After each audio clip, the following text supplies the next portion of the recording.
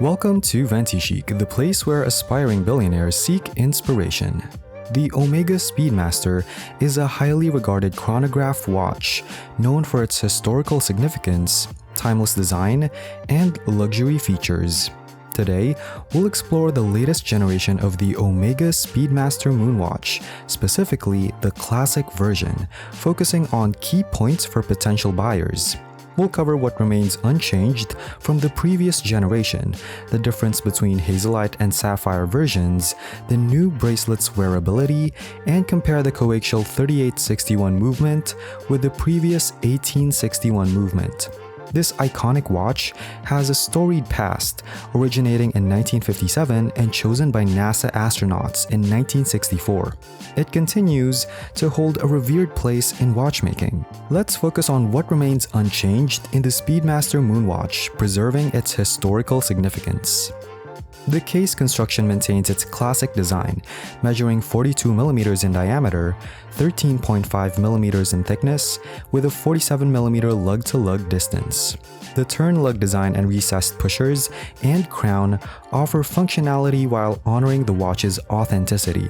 The case showcases brushed sides, polished turn lug edges, and an aluminum bezel insert with a glossy black reflection and a vintage-inspired dot above 90. These enduring features capture the essence of the Speedmaster. The Speedmaster Moonwatch is available in sapphire versions. The classic Moonwatch style features a domed crystal with the Omega logo. The dial showcases a black matte finish, printed markers, and a stepped architecture leading to the minute track. 3 register displays with white markings enhance the Speedmaster DNA. The Sapphire version comes at a higher price, $850 more than the model. While the version has a warm vintage hue and is prone to scratches, which can be buffed out, the Sapphire model offers durability. The crystal adds slight thickness, 13.58mm, compared to the Sapphire version, 13.18mm. But it's unnoticeable when worn.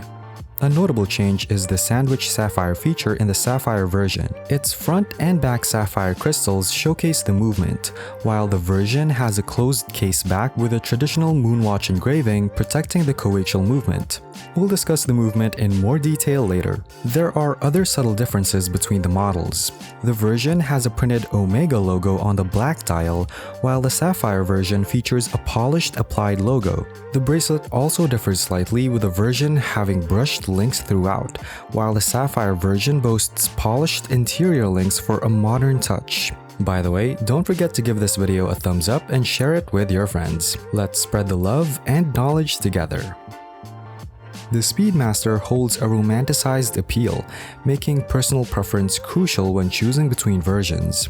The classic charm of the version, in my opinion, outweighs the objective benefits or modern aesthetics of the Sapphire option. The bracelet is a significant change compared to the previous generation.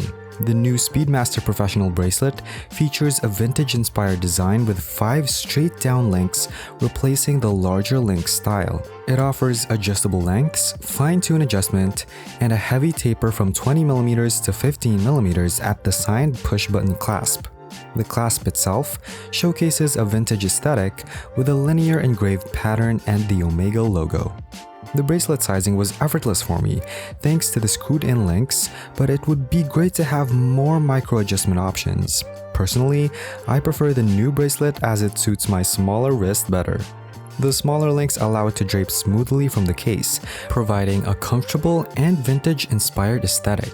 The watch wears closer to a 40mm or 41mm case, and I find the bracelet breathable and visually appealing, especially with the warm hue and brushed links of the version. Also, if you haven't already, consider subscribing to our channel and hitting the notification bell so you never miss an update. Join our community and be the first to access our latest content. Regarding sharp edges on the case, I didn't encounter any issues during my consistent week of wear with the version. However, I can't speak for the long-term experience with the Sapphire version, as it has a different case back. Although the Speedmaster family continues to expand, the movements inside them have remained largely unchanged. The new 3861 movement, visually similar to the outgoing 1861 movement, has sparked debates among Speedmaster enthusiasts. However, let's explore this movement and understand why it justifies the price increase. Technically speaking, the 3861 caliber is more advanced. The 3861 movement isn't entirely new, having been previously featured in select Speedmaster models like the Omega Silver Snoopy 50th Anniversary Edition. It incorporates features like a silicone balance spring, a free-sprung balance, 26 jewels, rhodium plating, and Geneva stripes on the bridges.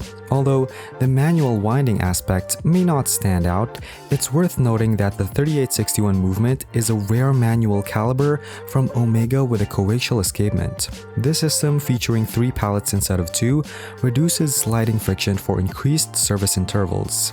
The 3861 movement is certified as a master chronometer by Metas, undergoing stringent tests including an accuracy standard of 0 to +5 seconds per day. It offers high magnetic resistance up to 15,000 Gauss, operating at 21,600 vibrations per hour.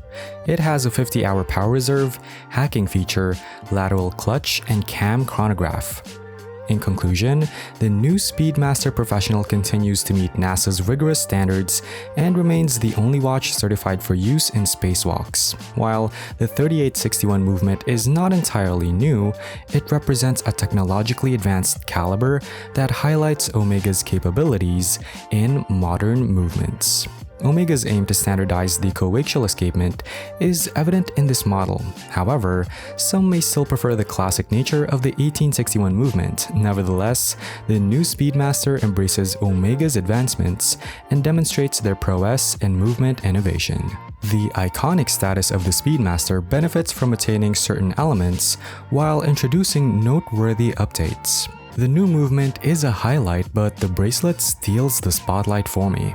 It's an improvement over the previous version, being less bulky and appealing to those who may have concerns about wearing a 42mm watch or considering alternative models. The bracelet's comfort and familiarity make it a standout feature. I would love to hear your thoughts in the comments section below. Are you inclined towards the Hazelite or Sapphire version of the new Omega Speedmasters? How do you compare them to previous generations and the history of the Speedmaster line? Please leave your comments below. And that's a wrap. Thank you for taking the time to be here with us in Ventichic. Remember to subscribe to our channel so you don't miss any videos. See you in our next updates.